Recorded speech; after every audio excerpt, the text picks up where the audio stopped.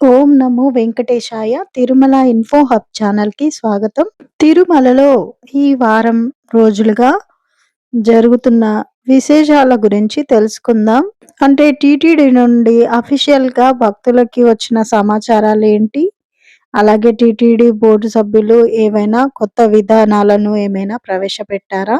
ఇలాంటివైతే చాలా ఉన్నాయి ఈ వారంలో. అన్నిటి గురించి మాట్లాడుకుందాం. వీడియో చివరి వరకు చూడండి. మీకు నచ్చితే లైక్ చేయండి. తిరుమల ఇన్ఫో హబ్ ఛానల్‌ని సబ్స్క్రైబ్ చేసి సపోర్ట్ చేయండి. అయితే తిరుమలలో విశేషాలు మాట్లాడుకునే ముందు ఒక మాట అండి. డిసెంబర్ నెలలో మార్చ్ నెలకి సంబంధించిన టికెట్స్ అయితే రిలీజ్ అవుతాయి కదా! దానికి సంబంధించిన అప్డేట్స్ అయితే మనకి 1, 2 రోజుల్లో రానున్నాయి. టికెట్స్ ఎలా రిలీజ్ అవుతాయి తెలుసు కదా! మొదటిగా అయితే లక్కీ డిప్ సేవలు రిలీజ్ అవుతాయి.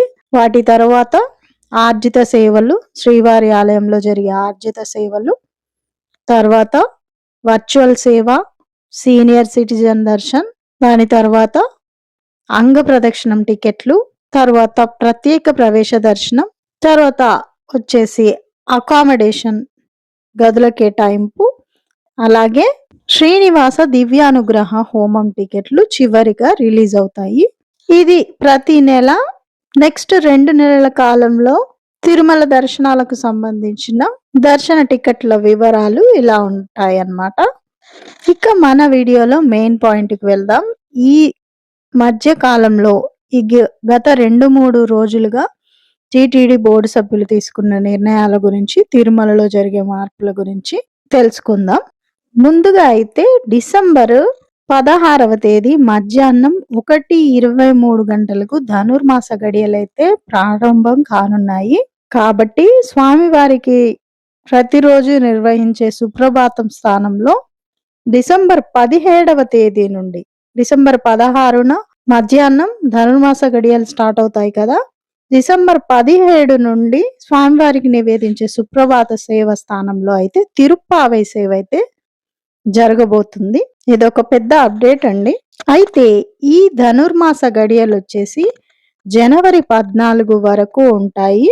అంటే దాదాపుగా నెల రోజులు స్వామివారికి సుప్రభాత సేవ స్థానంలో తిరుప్పావై నివేదన అయితే చేస్తారు. ఈ తిరుప్పావై నివేదన అనేది ఏకాంతంగా నిర్వహించే కార్యక్రమం అండి. ఈ ధనుర్మాసం సందర్భంగా స్వామివారికి విశేష కైంకర్యాలైతే జరగబోతున్నాయి. అనగా బిల్వ పత్రాలతో సహస్రనామార్చన చేయడం, అలాగే శ్రీవిల్లి పుత్తూరు చిలకలను ప్రతిరోజు స్వామివారికి అలంకరించడము, విశేష నైవేద్యాలుగా దోస, బెల్లం దోస, సున్నుండలు, సీర, పొంగల్ ఇలాంటి ప్రసాదాలను నివేదించడం అనేది ప్రతి ధనుర్మాసంలో స్వామివారికి జరుగుతూ ఉంటుంది. అయితే ఈ ధనుర్మాసానికి ఇంత విశేష ప్రాధాన్యం ఎందుకు అంటే పురాణాల ప్రకారం చూసుకున్నట్టయితే ధనుర్మాసంలో దేవతలు సూర్యోదయానికి 1:30 గంటల ముందుగా నిద్రలేచి బ్రహ్మ ముహూర్తంలో విష్ణువుని ప్రత్యేకంగా ప్రార్థిస్తారు. అందుకోసమే ఈ మాసానికి ఇంత ప్రత్యేక ప్రాధాన్యం అయితే మన పురాణాల్లో ఉంది.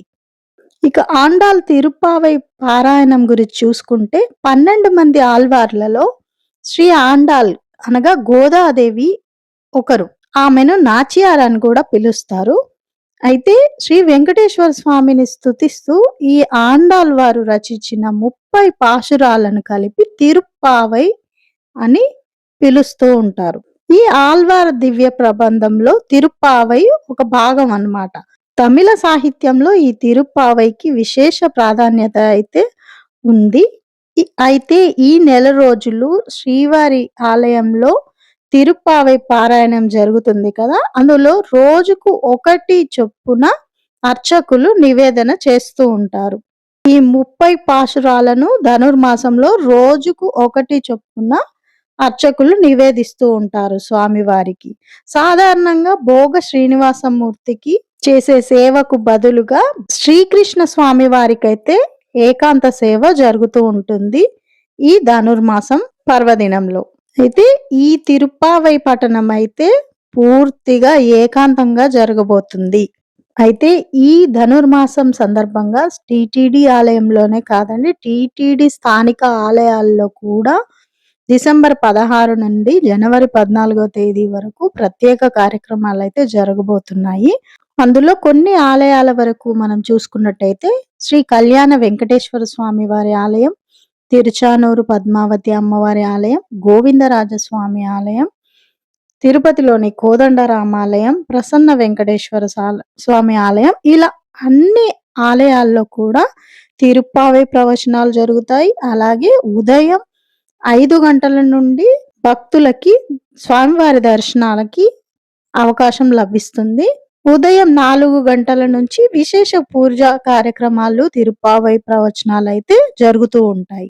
ఈ పవిత్రమైన మాసాన్ని పురస్కరించుకొని టీటీడీ ఆధ్వర్యంలో డిసెంబర్ 16 నుండి జనవరి 14 వరకు అయితే దేశవ్యాప్తంగా 233 కేంద్రాల్లో ప్రముఖ పండితులు తిరుప్పావై ప్రవచనాలు చేయనున్నారు. ఈ సందర్భంగా తిరుపతిలోని అన్నమాచార్య కళామందిరంలో తిరుప్పావై ప్రవచనంలో ప్రారంభ సమావేశం అయితే జరగనుంది. డిసెంబర్ 15న సాయంత్రం 5:30 గంటలకు జరగబోతుంది. ఇందుకోసం తిరుమల జీఆర్ స్వాములు, పెద్ద జీఆర్ స్వామి మరియు చిన్న జీఆర్ స్వామి వార్లు, అలాగే ఇతర అధికారులు కూడా ఈ కార్యక్రమంలో, ఈ తిరుప్పావై ప్రవచన కార్యక్రమంలో పాల్గొనబోతున్నారు. భక్తులు గమనించగలరు ఈ విషయం. ఇంకో విశేషం ఏంటంటే డిసెంబర్ 17న టీటీడీ హిందూ ధార్మిక ప్రాజెక్టులు అలాగే అన్నమాచార్య ప్రాజెక్ట్ ఆధ్వర్యంలో తిరుపతిలో అన్నమాచార్య కళామందిరంలో అయితే శ్రీ సాధు సుబ్రహ్మణ్య శాస్త్రి గారి 137వ జయంతి కార్యక్రమాలు అయితే జరగనున్నాయి. ఈ సందర్భంగా ముందుగా ఉదయం 9 గంటలకు శ్వేతభవనం ఎదురుగా సాధు సుబ్రహ్మణ్య శాస్త్రి గారి విగ్రహానికి పుష్పాంజలి కార్యక్రమం ఉంటుంది. తర్వాత సాయంత్రం 6 గంటలకు అన్నమాచార్య కళామందిరంలో వారి జయంతి సందర్భంగా సభా కార్యక్రమం కూడా జరగబోతుంది. ఇంకా టీటీడీ తీసుకున్న ప్రతిష్టాత్మక కార్యక్రమంలో భాగంగా ఒక విషయం అయితే ఉందండి. అదేంటంటే దివ్య వృక్షాల ప్రాజెక్టుకి టీటీడీ అయితే శ్రీకారం చుట్టబోతుంది. హిందూ దేవాలయాల్లో అత్యంత ప్రాముఖ్యమైన ధ్వజస్తంభాల నిర్మాణంకి అవసరమైన దివ్య వృక్షాలను టీటీడీ స్వయంగా పెంచి, పరిరక్షించి, వినియోగించడం అయితే ఈ కార్యక్రమం ఉద్దేశం అండి. ఈ వృక్షాలు బలంగా, నిటారుగా, దీర్ఘకాలికంగా పెరిగిన తర్వాత పరిపక్వత చెందిన ఆ వృక్షాన్ని శాస్త్రోక్తంగా పూజించి ధ్వజస్తంభంగా రూపకల్పన అయితే చేయడం జరుగుతుంది. దాని తర్వాత దాన్ని కవచంతో కప్పి శ్రీ వెంకటేశ్వర స్వామి వారి ఆలయాల్లో ఈ స్వర్ణ కవచంతో అలంకరించడం అయితే జరుగుతుంది.